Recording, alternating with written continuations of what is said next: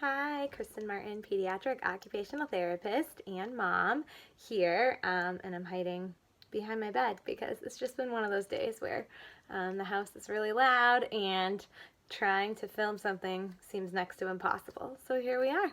Today I am here with 5 ways to play with straws. And I'm talking about just the plastic straws that you can either get if you're getting fast food, or you can buy them in a pack of like 100 from the Dollar Tree if you don't happen to have any around the house. But these are a great little tool that will keep your kids occupied in a lot of different ways. So the first way that I like to play with straws is to use them for cutting practice. Now, as an occupational therapist that works in a preschool, I often will evaluate children before coming to preschool, and many times parents are surprised to hear that kids as young as the age of about 2.5 or a little bit older can and should start using scissors for cutting, obviously in a very supervised way. But one of the first steps of cutting is just learning to snip. And so straws are great for snipping practice. And they're especially fun because of the effect that you have after you cut them.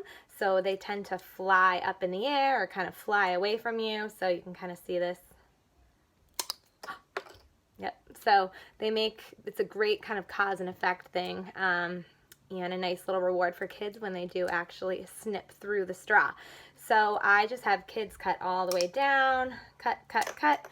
You can have a little box or a container underneath them to catch those pieces, but it's also great fine motor practice to have your child go and pick up all the little pieces and put them into the container or the box or whatever it is that you're using to hold all the pieces.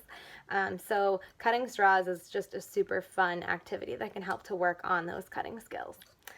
The second way that I like to play with straws, and in this case, those little pieces of straws that your child has cut, is to use them as beads. So you can use them to make a bracelet or a necklace. They're the perfect size to fit on a pipe cleaner. Pipe cleaners are an easier way to string the beads. To make it a little more challenging, you can have your child put them on string or yarn or even dental floss if you don't have any of those things, and you can make a fun little bracelet with these. If you have different color straws, you can work on color identification and patterning and counting, all of those skills as you're stringing them. If you don't have the materials needed for stringing those little straw beads, or if your child isn't at the point where they're able to do that, you can just get a container of Play-Doh and a dry piece of spaghetti, so uncooked spaghetti. You stick that right into the Play-Doh, and then your child can use it as just a fun way to string those little pieces of straws. And you can see this provides some great fine motor work as well. So this is another fun activity that you can do. You can stick multiple pieces of spaghetti in the Play-Doh. If you don't have Play-Doh, you can use a piece of styrofoam or something like that you can stick these pieces of spaghetti into. The third way to play with straws is to use them for blowing activities. So blowing is just a great skill to work on your oral motor skills, oral motor strength. It's also a great calming activity for kids that are either anxious or have a lot of energy. It's a great thing to do before your kids need to sit down and do schoolwork, or sit down and participate in a meal time. So there's a lot of different things that you can use as a blowing activity with these straws. Some of the things you can use are just cotton balls or pom-poms, so you can blow those around. See who can blow them off of the table the fastest. You can make a little soccer game with those. You can also, if you put a piece of tape on the floor, you can have your child try and follow the line of tape.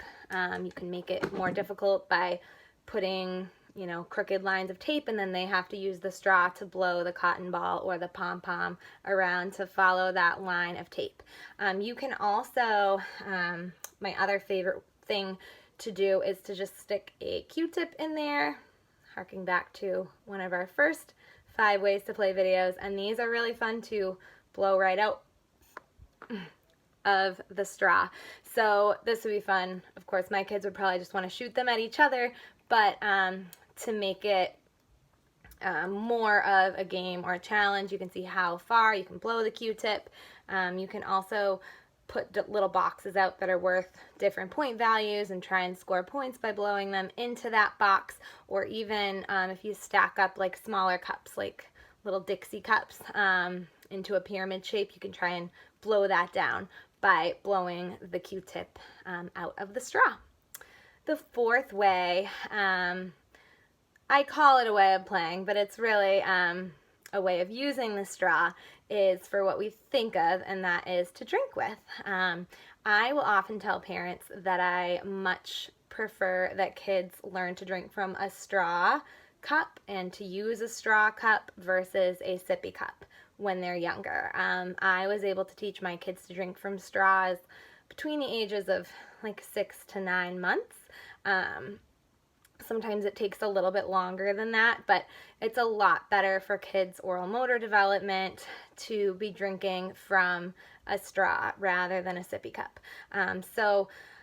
For extra oral motor work, or for another way of calming, you can have your child drink something a little different from a straw, something thicker like a smoothie that you've made together, or applesauce, or you can have them use a skinnier straw. This is it's marketed as a coffee stirrer. So this is another great way to get some deep pressure that's often really calming for kids. And then the fifth and final way to play with straws this is a fun one, you could make a little maze. All you need is a box. I had been cleaning out our game cabinet and I found a couple games that were missing pieces, so I just used a lid from one of those games, but you can use any kind of shallow container.